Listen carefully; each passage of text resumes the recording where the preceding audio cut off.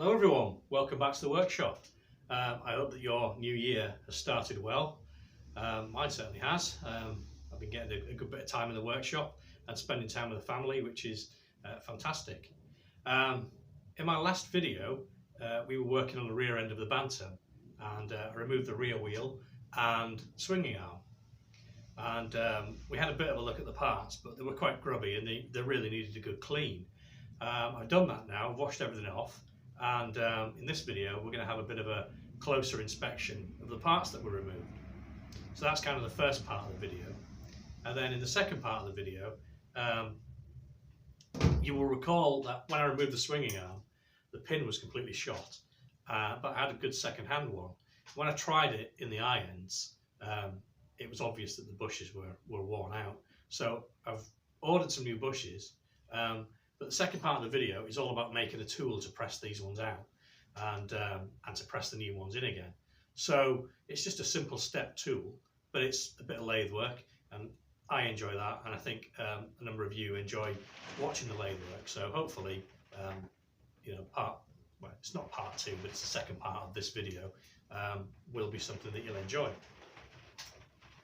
Now, over the Christmas period, I've had the opportunity to make a couple of videos, and I have had some really positive comments. So I'd just like to say thanks very much indeed.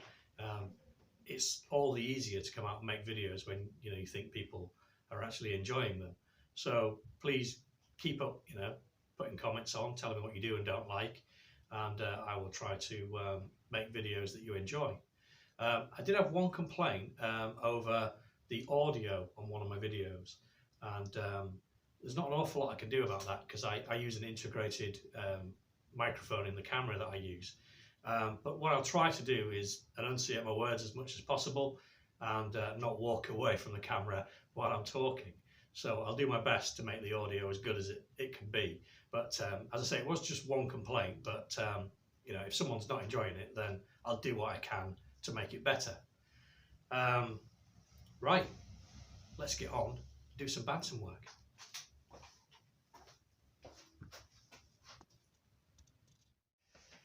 So here's a lot of the parts that we stripped down off the rear wheel and the swinging arm, and I've given them all a good wash off in the grease eater, just so that we can have a better look at them and examine them a bit more closely. As suspected, the swinging arm pin is completely shot, heavy pitting on all the bearing surfaces, so that is not going back in, unsurprisingly. They're about £40 to buy, which is quite a lot of money really for what it is. It'd be an easy make. It's drilled right through, it's threaded either end for the fitting bolts, and there's a couple of drillings for the grease, but that's pretty much all it is.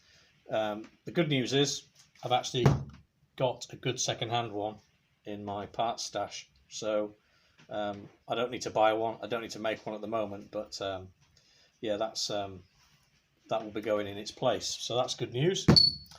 What else have we got? The wheel spindle is in good condition. There's a few marks on it where someone's had it in a vise. I'll just need to clean the threads up a little bit there, but I don't think it'll be a problem. People are a bit heavy-handed sometimes, aren't they? I did notice that was cracked, the chain adjuster block, so I've ordered a pair of those from my usual supplier, had them in stock. And also I noticed that I had to watch the video back actually because I couldn't remember what I'd done. There's supposed to be a check nut and a spring on here.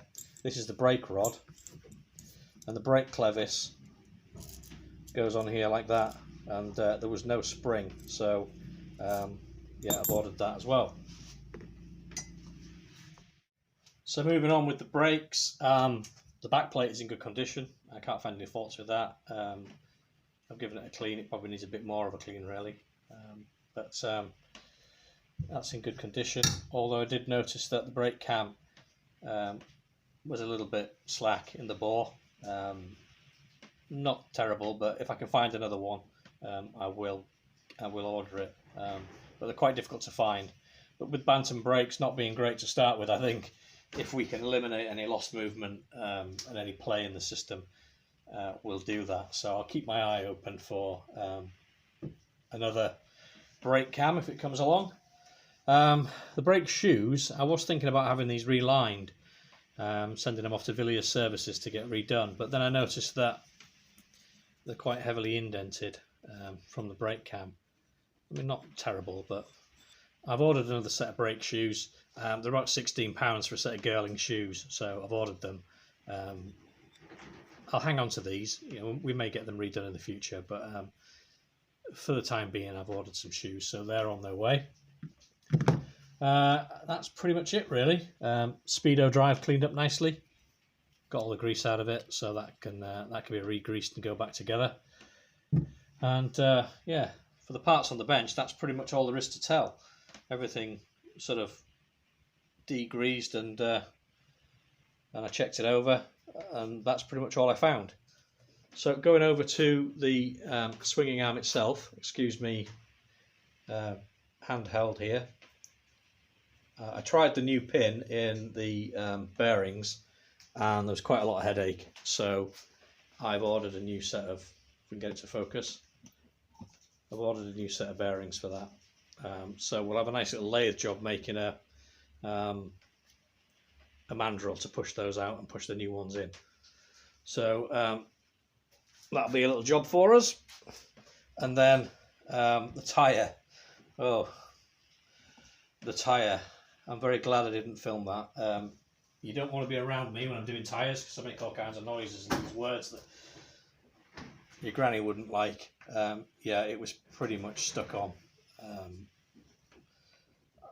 I was sort of seconds away from reaching for the angle grinder. Let's see if I can get you a better view, just to cut the damn thing off, because yeah, it was stiff as a board and it did not want to come off. And as you can see, yeah, it's in a bit of a mess. So that's the tyre. The inner tube wasn't in bad condition, to be honest with you. I am going to change it. I'm going to put a new one in, and a new rim tape as well, because it was stamped Dunlop England, so it's probably the original inner tube, I would think. But it only had one puncture repair on it, which I was really surprised. You know, this sort of 60 years that this bike's been around, it's had one puncture on the rear tyre, which is really surprising. And then we've got the wheel over there in the grease eater. That's had a good wash off. It's a real shame about the pitted chrome work, because other than that, it's a good rim. But I got all the grease out of there, but we will sweat it with some heat just to make sure that we've got it all out. But it cleaned up, I think. Ooh, excuse me. It cleaned up reasonably well. So yeah, fairly happy with that. So just waiting for some spares to come in now, and we will get the thing back together.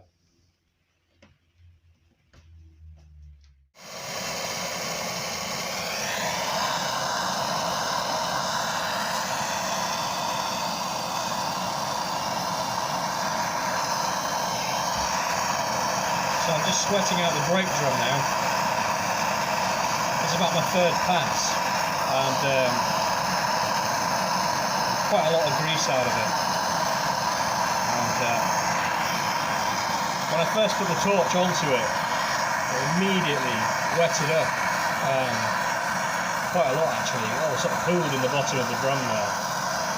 So we've been about 3 times round now. You know, let it cool, clean it out, and then just sort of keep going at it.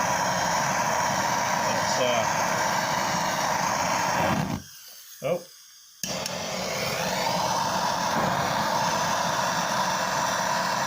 It is working, but yeah, it's a real problem when you get grease or oil contamination in a cast iron friction surface, because it does tend to get into the porosity of the metal.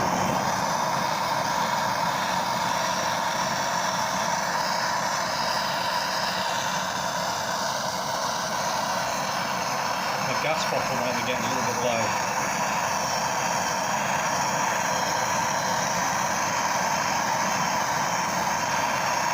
a little bit of wet there. Oh dear. Probably not picking it up on the camera, but it's quite that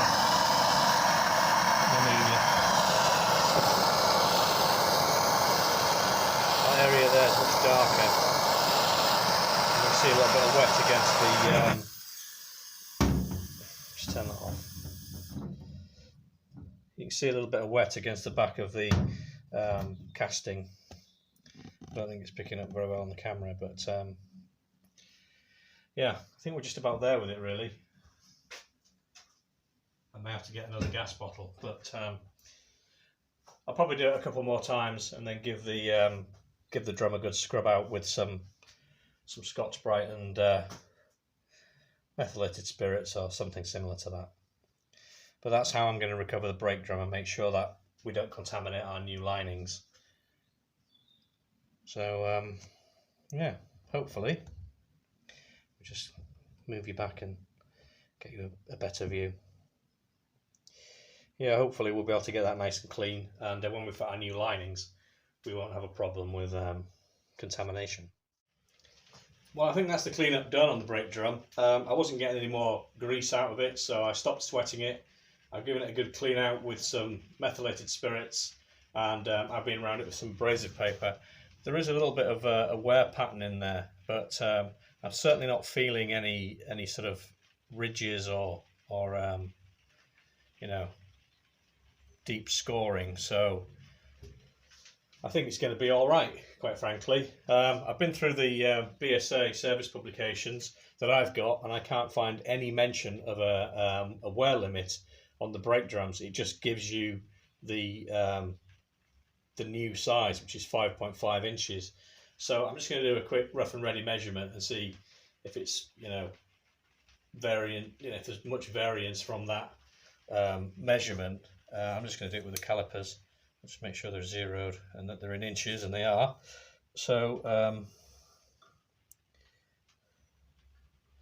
let's go right across the center of the bearing housing.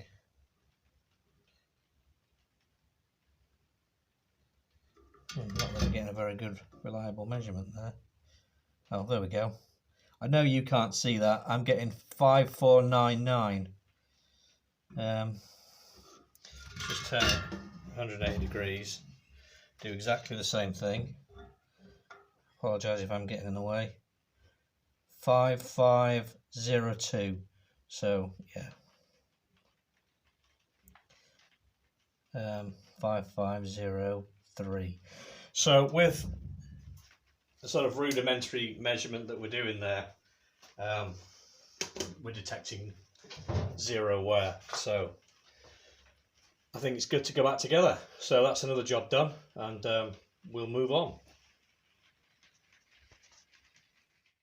Right, I'd like to make a start on a piece of press tooling that we need to remove the swinging arm bushes. And I've got a piece of bar here. I don't know what grade of steel it is. It would have been something decent, I would think. I've definitely used it before, as you can see. But it's pretty much spot on what I need. I need to turn a diameter that matches the inside of the bush, a really nice close fit, and then just slightly under the OD for the hat section, excuse me, so that we can drive that straight through on the press, and the internal diameter will prevent the bush from collapsing, and then we can use the same piece of tooling to put the new bushes in, and it will hopefully support the bushes on the way in and prevent them from collapsing as well. So that's what we need to do. So that's a lathe job. We just need to know what to make the internal diameter, and so I've got the new pin here. So I'm going to give that a measure and make sure the caliper's set to inches. Let's have a look, see what we've got. It's under an inch, I know that. So I'm in 873, 87. Let's have a look. Get you into focus. 874.5 thou. So I imagine this is 875, and that we're sort of half a thou under for clearance. So what's that in a fraction 875 is 7/8 of an inch, isn't it? So yeah, I imagine that it's a 7/8 of an inch diameter bush when it's new, and 1/2 thou to 1 thou clearance on the pin. So we can make the tool to suit that. If it's a little bit slack, taking the worn out bushes out, then that's not a problem. But we don't want it slack putting the new bushes in, because we want to get the maximum amount of support when we put the new bushes in. So there we go. And I haven't got a 7/8 reamer, so if they do close up a little bit on the new ones when we fit them, I may have to get a 7/8 reamer. But we'll cross that bridge when we come to it. When the new bushes arrive and we press them in, we'll see what kind of a fit we've got. And as I say, if I do have to shell out for a reamer, then that's just the way it is. But I certainly won't buy one until I know I need it.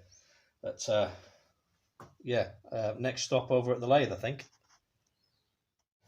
Okay, I've got you up on the tailstock, and we're going to have a go at making this piece of press tooling. I've got that piece of bar stock in the lathe. I'm just giving it a quick face.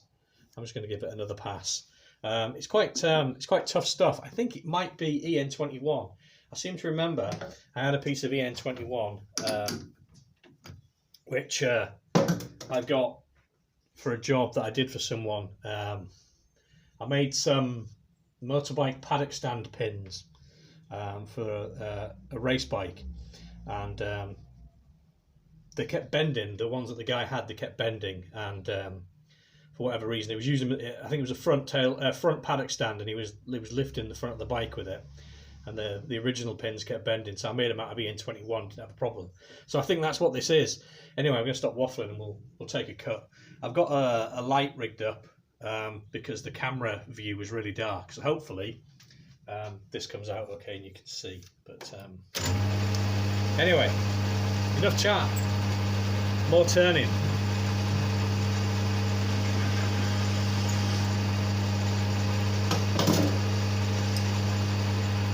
So I want a reasonable surface finish, but I'm not too, for what it is, I'm not too fussed as long as it's functional, but I'll try and do the best we can.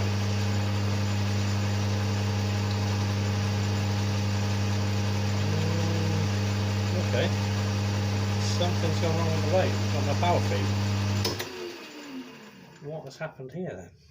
Why have we got no power feed?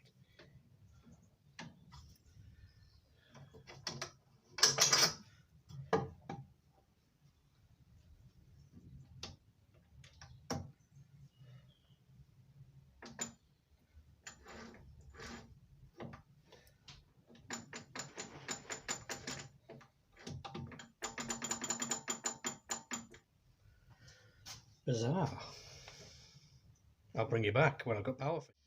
Well, this is an impromptu little handheld adventure that I'm taking you on. That is the Norton gearbox on the lathe, and it sort of, when I took the cover off, this dog here, this drive dog, I don't know if you can see it in there. There's like a clutch dog that locks these two gears together. We were over here, and the selector mechanism, which I'll show you in a moment, was in, but the ball bearing that makes it a positive location had dropped out and was in the bottom of the gearbox. So I had to fish that out with a pair of pliers. I don't know how it's happened, because I was using the lathe yesterday, unless I've knocked it perhaps with my elbow, but why it would come out I don't know. So over on the bench, here is the mechanism. I've moved it off the detents. Those are the 3 positions for the feed selection lever. That's the feed lever there. And oops, excuse me. There's a little foot that sits in there, and that moves. That's a wiper basically that moves the what's the selector pole, and that moves the gear along on the shaft. And then there's a spring underneath there, underneath here where I'm pointing, and this little ball, and that'll come out. So I don't know how that's happened, quite frankly, but it disengaged our drive to the power feed. So I'll have to put that right, and then we'll get back on with what we were originally doing. So an unexpected delay. I do apologise. See you in a few minutes when I've sorted this out. Well, that was a really enjoyable little job. Oh no, wait a minute. No, it was the other thing. Sorry. It wasn't enjoyable at all. Anyway, it's fixed. I don't know how it happened. There's a little spring that holds the ball that I showed you into the plunger, and that spring was completely mangled. It, yeah, I don't know if it had travelled sort of over centre or over its limit, or what it had done, but it was all sort of stretched and bent, and it had let the ball drop out. So I managed to find another one in my parts bins that would do the job, a little bit of trimming, and it's worked. So we're back in business. Let's get on with what we're doing, which is making this press tool. So yeah, just a little deviation there. I do apologise.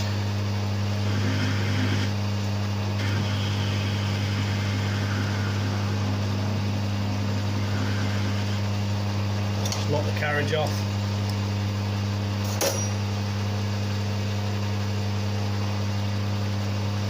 And there we go. We have a power feed.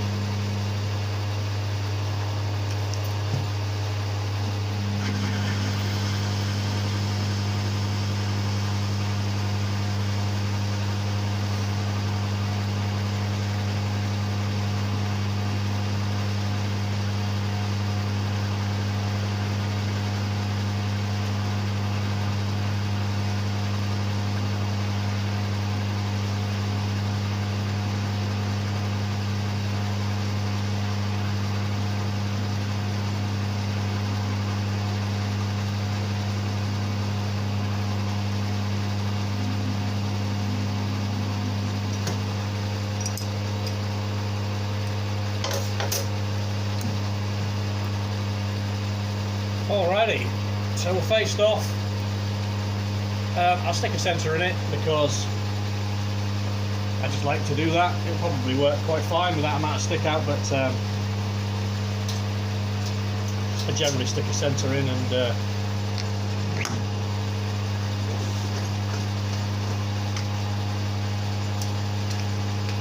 it just helps if you ever have to put the thing back on the lathe, I suppose, and resize it for another job. We'll just switch that off.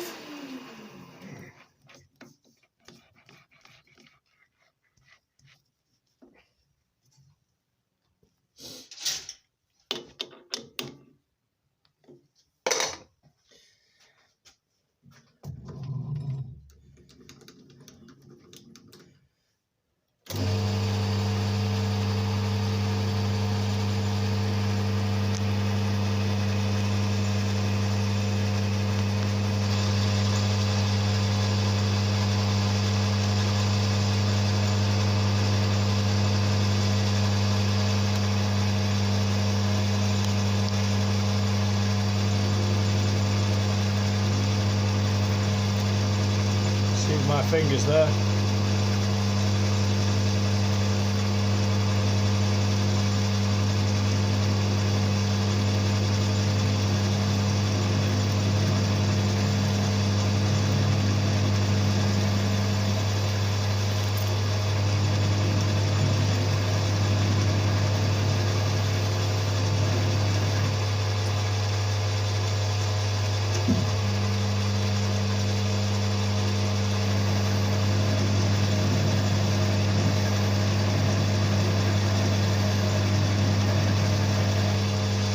To do us.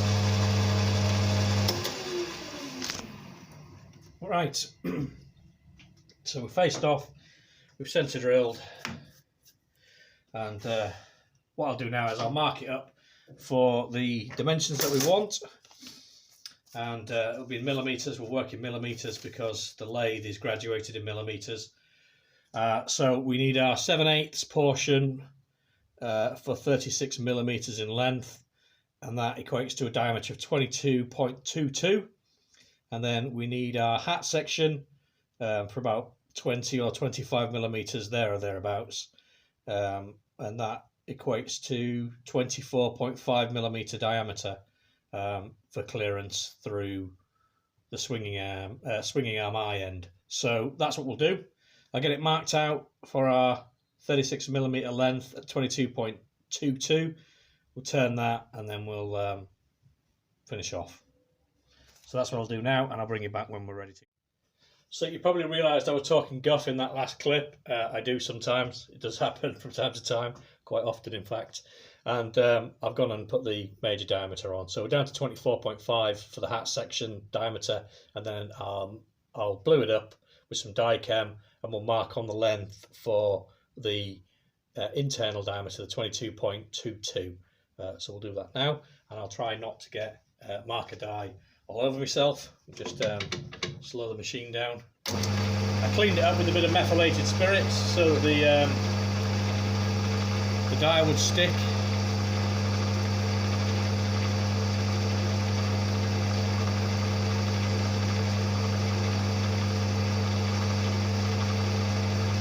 There we go, that'll do. Right, well, I'm back. The marker dye has dried nicely. I've been gone quite a while actually. My middle son and I went out for a bit of a country walk. The weather's not exactly conducive, but we're country boys, so that kind of thing doesn't bother us. And he loves it. He loves the countryside and farms and things like that. So we're lucky that we live right on the edge of a village, and there's a lot of farmland and countryside around us. And we've just been out for a walk. So that was quite enjoyable. You might actually hear, if the microphone picks it up, there's cattle bellowing at the end of the street. There's a farm at the end of the lane where I live, and yeah, the cows are very vocal today. So you might pick that up on the microphone, you might not. But anyway, I've been touting around this number of 36mm for the length of the internal portion, and it's actually 26mm. So I'm definitely having a day with my numbers today. I don't know what's going on, but anyway, we'll mark it off, and we'll get on and turn it. So I'm just going to touch the turning tool.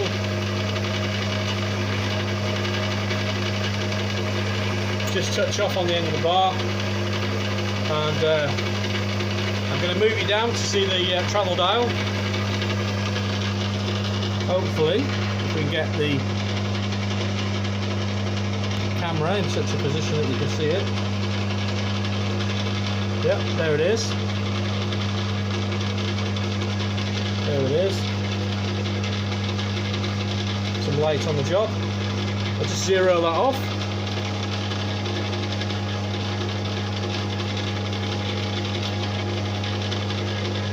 There we go. Dial in 26mm. So there's 10. There's 20. And we'll just come around now. 26.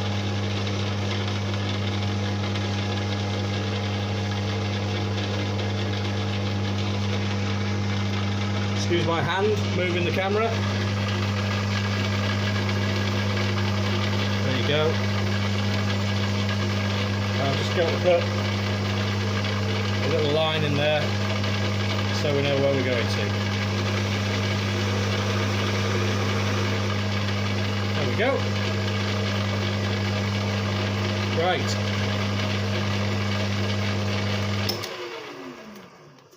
So 22.22 is our target. Let me just dial that into the caliper. Caliper's good enough for what we're doing. Close enough for government work, as they say. 22. Oh, this is awkward. 25.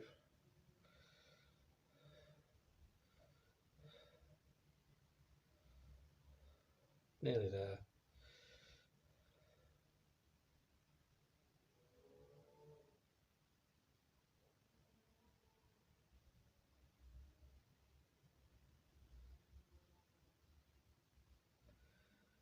There we go. And we'll zero at that. Let's see what we've got to take off.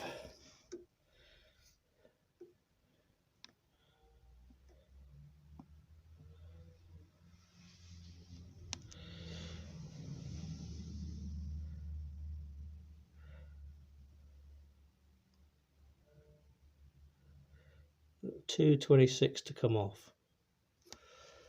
Right, okay.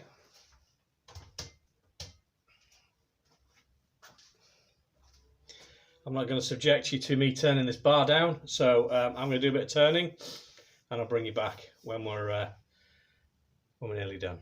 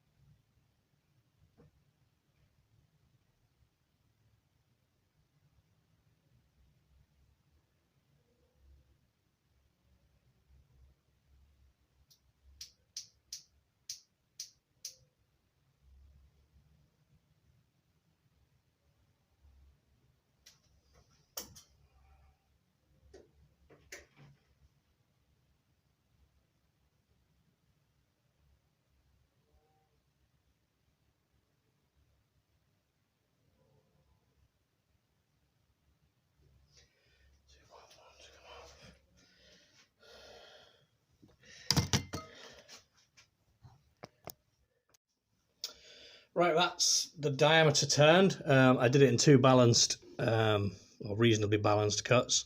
Let's see where we are. Can't say any fairer than 0, can you?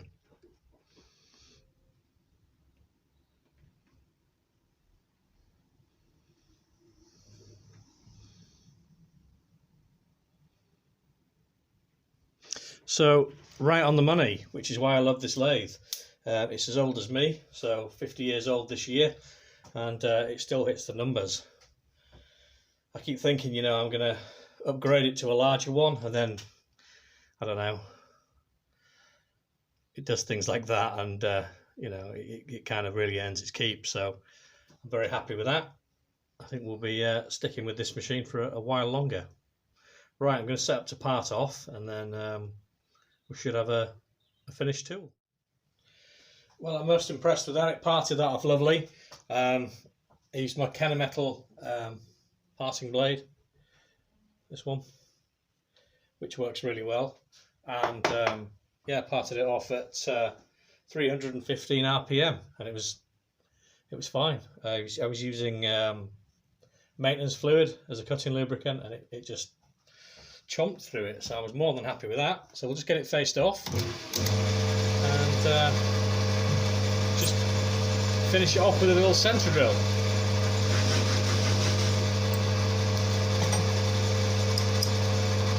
I'm just facing it to get a little pit that it left. More than anything, just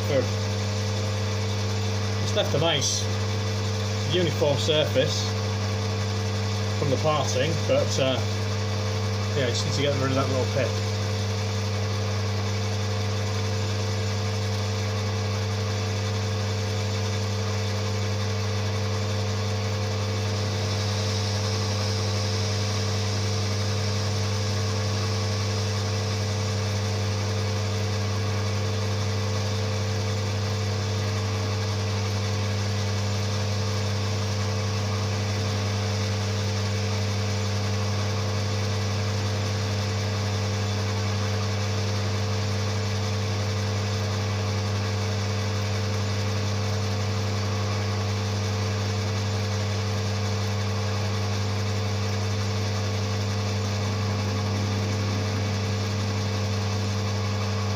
Go.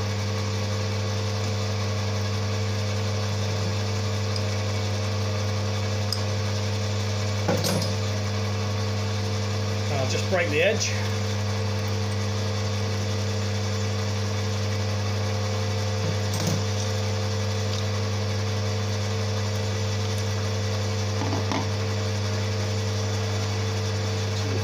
There we go.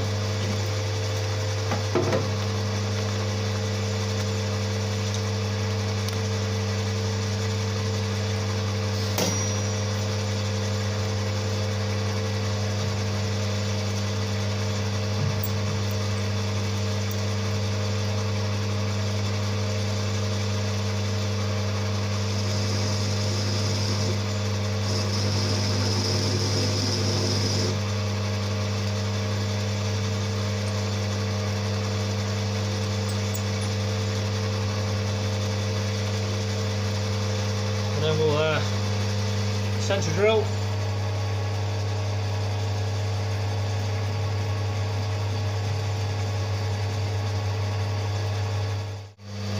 Doesn't actually need a centre drill for any reason, it's just one of the things I like to do.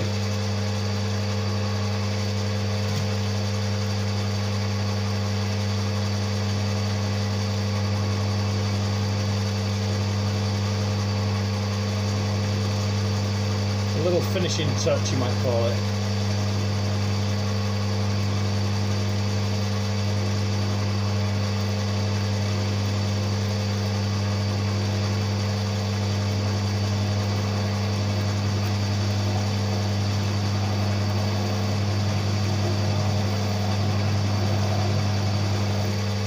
That's all we need.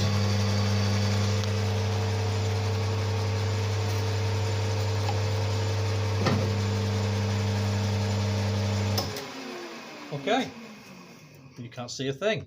Sorry about that. There we go. Okay, I think we're done. Take it out of the lathe, see what we've got.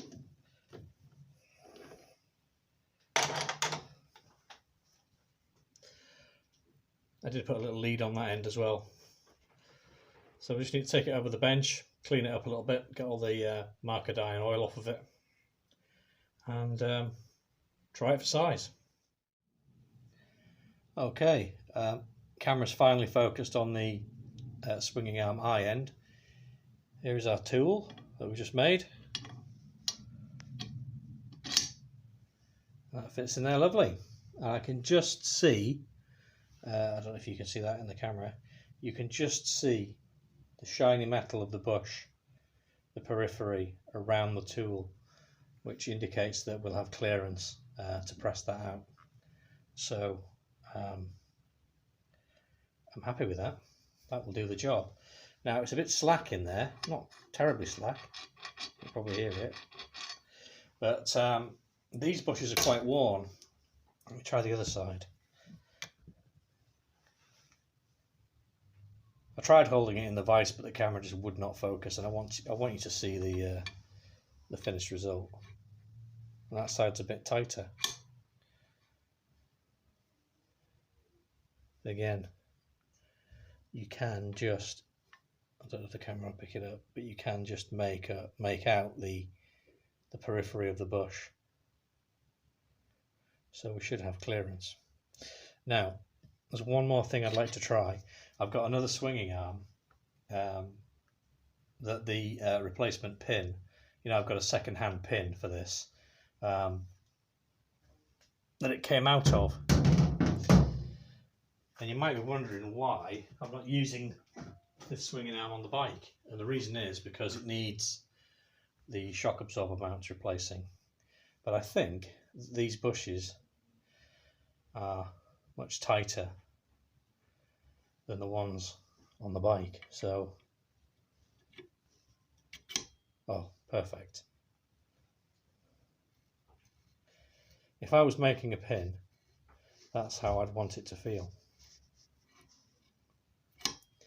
And it does. That bush is quite recessed. I don't know if you can see that. Someone's knocked it in quite a long way. There's about, I don't know, 1/8 of an inch perhaps clearance below the surface. And as you can see, our tool drops into that nicely. So it will clear when we push the bushes out of the other swinging arm. Let's try it on the other side.